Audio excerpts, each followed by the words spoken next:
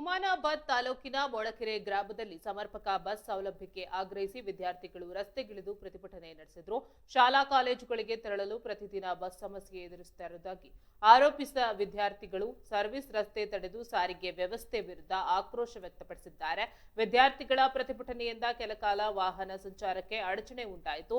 ವಿಷಯ ತಿಳಿದು ಸ್ಥಳಕ್ಕೆ ಆಗಮಿಸಿದ ಹುಮನಾಬಾದ್ ಪೊಲೀಸ್ ಠಾಣೆಯ ಪಿಎಸ್ಐ ಅವರು ಪ್ರತಿಭಟನಾ ನಿರತ ವಿದ್ಯಾರ್ಥಿಗಳೊಂದಿಗೆ ಮಾತುಕತೆ ನಡೆಸಿದ್ರು. ಸಮಸ್ಯೆಯನ್ನ ಸಂಬಂಧಪಟ್ಟ ಅಧಿಕಾರಿಗಳ ಗಮನಕ್ಕೆ ತಂದು ಶೀಘ್ರದಲ್ಲೇ ಬಸ್ ಸೌಲಭ್ಯ ಕಲ್ಪಿಸಲು ಕ್ರಮ ಕೈಗೊಳ್ಳಲಾಗುವುದು ಎಂದು ಭರವಸೆಯನ್ನ ನೀಡಿದ್ರು. ಪಿಎಸ್ಐ ಅವರ ಭರವಸೆ ಬಳಿಕ ವಿದ್ಯಾರ್ಥಿಗಳು ಪ್ರತಿಭಟನೆಯನ್ನ ಹಿಂಪಡೆದಿದ್ದಾರೆ.